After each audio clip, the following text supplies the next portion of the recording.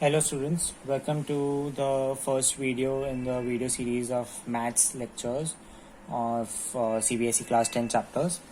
So our first chapter is real numbers. In this chapter, these are the topics that we are going to be covering: Euclid's division lemma, Euclid's division algorithm, fundamental theorem of arithmetic, irrational numbers, rational numbers, and the decimal expansions. So we'll be studying about these topics in detail, their statements, formulae, their methods of solving, their sums, and their applications. Now, before we dive into all of this, first let us understand the what are real numbers. So, real numbers are the set of all numbers that we have come across up till now in 10th. So, those are rational numbers, irrational numbers, decimals, fractions, natural numbers, whole numbers, etc. So, in this chapter, we'll be studying about certain properties and relations between those numbers. First thing that we're going to be studying in today's video is Euclid's division lemma and Euclid's division algorithm. So Euclid's division lemma. Euclid's division lemma states that given two positive integers a and b, there exist two unique integers q and r which satisfy the following condition: a equal to bq plus r, where a is greater than b, and 0 less than equal to r less than b. So what does this statement mean?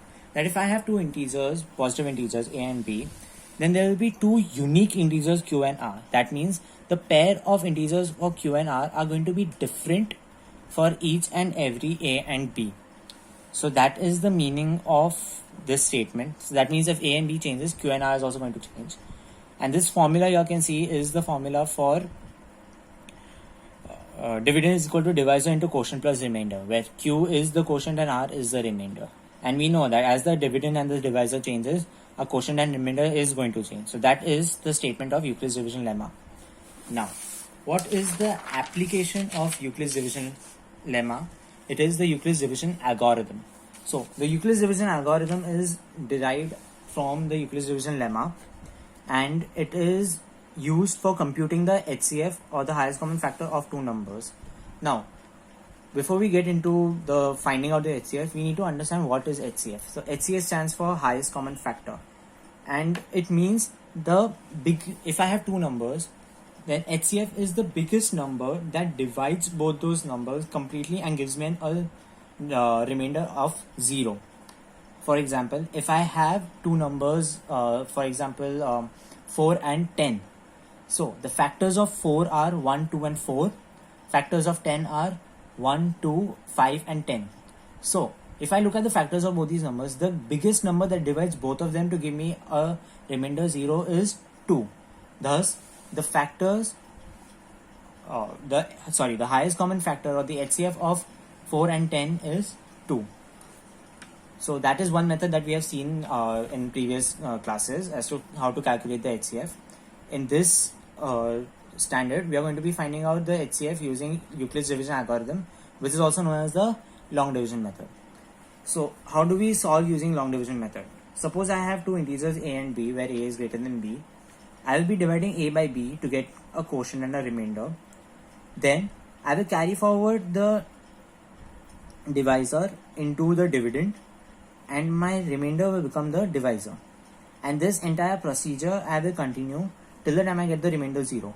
Once I get the remainder 0, my divisor at that step is going to be my highest common factor for a and b, and it is going to be the highest common factor for each step of the long division. This will be clearer with a certain example.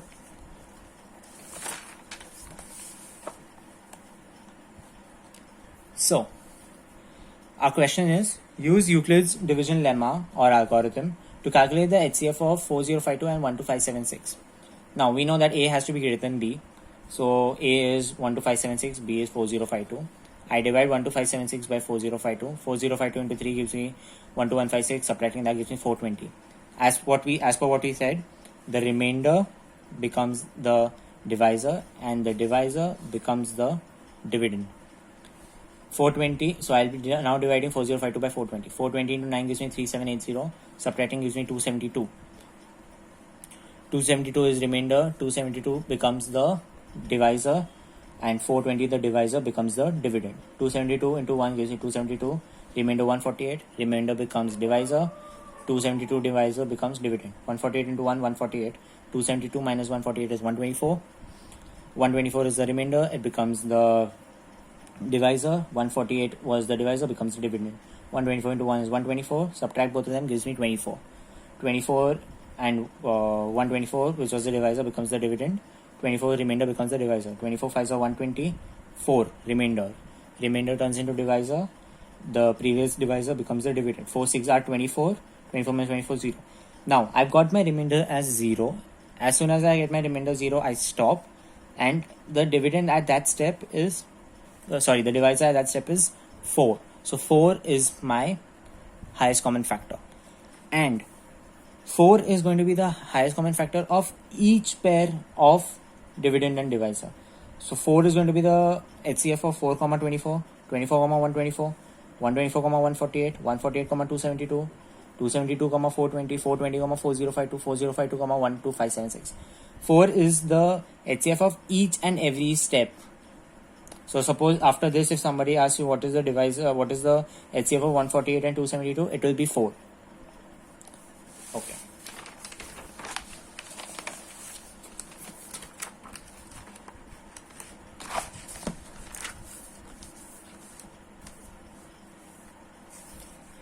The next application of the Euclid's division algorithm is for finding out generalizations between numbers and their operations. What I mean by that will be clearer by this example. Use Euclid's division lemma to show that the square of any positive integer is of the form 3m or 3m plus 1 for some integer m. So what this question is asking us to do is that prove that if I have any positive integer, its square is going to be of the form of 3m or 3m plus 1, where m is any integer. How do we go about this? So that means they are trying to tell us that we have to prove a generalization, that if I have any positive integer and if I square it, its generalized form is going to be 3m or 3m plus 1. So this is how we go about it. Let the positive integer be a, let b be 3. Now why did we take b as 3? We know that Euclid's division lemma is a equal to bq plus r. If I compute bq plus r with 3m plus 1, q and r is actually m and 1, so that is going to keep changing, and b remains 3. B does not change, so b is 3. That's why we assume b as 3 out here. So a is equal to bq plus r, 0 less than equal to r less than b. A equal to 3q plus r, a 0 less than equal to r less than 3. To be kept in mind that out here it is less than 3, not less than equal to 3.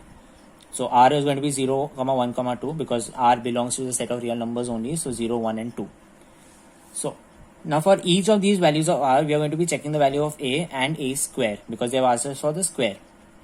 Now if r is equal to 0, a becomes equal to 3q plus 0, a is equal to 3q. Squaring both the sides. Now why did we take squaring both the sides? Because they have asked us the square of any positive integer. Our positive integer is a, so its square has to be found out, which is a square. So a is equal to 3q, a square is going to be 3q the whole square, which is going to be 9q square. So a square equal to 9q square. Now I took 3 common. The reason for taking 3 common is because we require it in the form of 3 into some variable in m. So that variable is 3q square. So that's why I took 3 common. So I'll be left with 3q square, and I let 3q square equal to m. So a square is going to be 3m. Now how can we substitute this? How, like, you all may be wondering that how can we directly let it be some particular variable m? Because when I get a value for q, when I'll be substituting out here, it will be an integer in the end, and that is what has been given in the question, that m is some integer. So let 3q square be equal to m. So I get a square equal to 3m, which is my first equation. We have got the second r as 1. So if r is equal to 1 or the remainder is equal to 1, a is equal to 3q plus 1. Again squaring both the sides. A square is equal to 3q plus 1 the whole square. Now we know that the formula for a plus b the whole square is a square plus 2ab plus b square. So that same formula we have used out here. A square is equal to 3q plus 1 the whole square, a square plus 2ab plus b square. 3q the whole square is going to 3q the whole square plus 2 into 3q into 1 plus 1 square. So that is 9q square plus 6q plus 1. Now in the question it is asked to find it in the form of 3m plus 1. So I need a plus 1 in the end. I have that plus 1 out here. Now from this I need to get this in the form of 3m. So how I can do that is I can take 3 common. So if I take 3 common, what will I be left with? 3q square plus 2q. And then I substitute 3q square plus 2q as m. So a square equal to 3m plus 1. Now, you may be wondering that out here we are taking m as 3q square and out here we are taking m as 3q square plus 2q. We can do that is because the value of m is actually going to depend upon q. And we are taking m as just an integer. They have not said that the m integer is going to remain fixed. The m integer could keep on changing. So that is why we can change the substitution for m as, here it was 3q square, here we can take it as 3q square plus 2q. So we got a square equal to 3m plus 1, which is our second equation. The third case, our remainder was 2. So a is equal to 3q plus 2. Again, squaring both the sides, we get a square equal to 3q plus 2 the whole square. Again, applying the formula for a plus b the whole square. We get 3q the whole square plus 2 into 3q into 2 plus 2 square. So 9q square plus 12q plus 4. Now, we also again we require it in the form of 3m plus 1 only. So we need a plus 1. Now from 4, how am I going to get a plus 1? I can write 4 as 3 plus 1. So now I have a plus 1 and I need to have the remaining terms in the form of 3m. So I'll take 3 common from these 3 terms. So I get 3 common. What will be left with? 9q square divided by 3 is 3q square. 12q divided by 3 is 4q. 3 divided by 3 is 1. Now I resubstitute 3q square plus 4q plus 1 by m. So I get a square equal to 3m plus 1. So thus, what do we observe? That if I have any integer a, positive integer a, its square is always going to be in the form of 3m or 3m plus 1. Our first equation was 3m. Our second equation was a square equal to 3m plus 1. And the third equation is also a square plus 3m plus 1. A square equal to 3m plus 1. So from 1, 2 and 3, we see that the square of any positive integer is the form of 3m or 3m plus 1. So this is how we have found out a generalization for the square of any positive integer. The same method can be taken for the cube of any positive integer. So the question is, show that the cube of any positive integer is of the form of 9m, 9m plus 1 or 9m plus 8. Let the positive integer be a, let b be 3. Now you are maybe wondering that in the previous sum we had 3m, 3m plus 1, so that's why we took b as 3. In this question we have 9m, 9m plus 1, so why not take b as 9? You could take b as 9 also, but if we take b as 9, so out here we get 0 less than equal to r less than 9. So that means r is going to take values from 0 up to 8, which are 9 values. So this entire procedure that we did of squaring, and in this case we'll be doing for cubing, is going to be done 9 times. So that will complicate and increase the length of our sum too much. So that's the reason why we took b equal to 3. Because we know that if I take the cube or the square of b when it is 3, I will be able to take 9 common out from that. And in the end, 9m plus 1 or 9m plus 8, the 9 has to be taken out common. Because that is what we have done in the previous sum also. So we let b equal to 3 by Euclid's division lemma. A equal to bq plus r, 0 less than equal to r less than b. A equal to 3q plus r, 0 less than equal to r less than 3. So r is 0, 1, 2. Now, if r is 0, a is equal to 3q plus 0, a equal to 3q, cubing both the sides. The reason why we cubed is because they have asked us in the question, show that the cube of any positive integer. Cubing both the sides, a cube is equal to 3q the whole cube, 3 cube is 27, q cube is q cube. So a cube is equal to 27q cube. Now, we required in the form of 9n, so we take 9 common. So if I take 9 common from 27q cube, I'm left with 3q cube. If I let 3q cube as m, so then I'll be left with a cube equal to 9m, which is my first equation.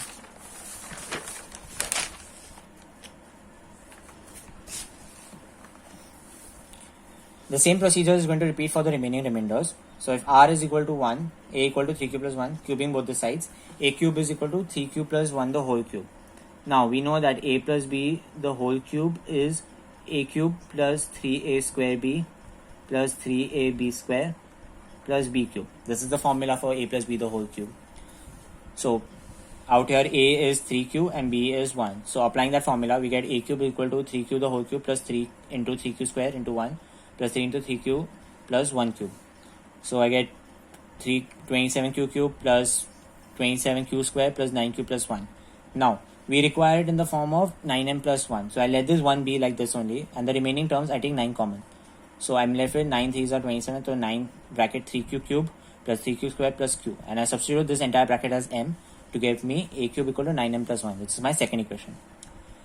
Our third and last remainder was if r equal to 2. So a is equal to 3q plus 2. Cubing both sides, a cube is equal to 3q plus 2 the whole cube.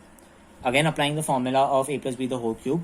I get a cube as 27q cube plus 54q square plus 36q plus 8.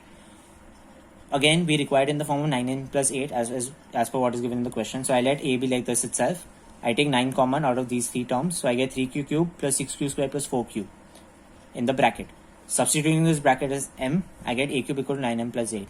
So from 1, 2 and 3, we see that the cube of any positive integer is of the form 9m, 9m plus 1 or 9m plus 8. So this means that we have found out a generalization for the cube of any particular positive integer. So that's all for this video. In the next lecture, we'll be looking at the fundamental theorem of arithmetic. And in the further lectures, we'll be studying about rational numbers, irrational numbers, and the decimal expansions of rational numbers. Thank you. Have a good and safe day ahead. Thank you.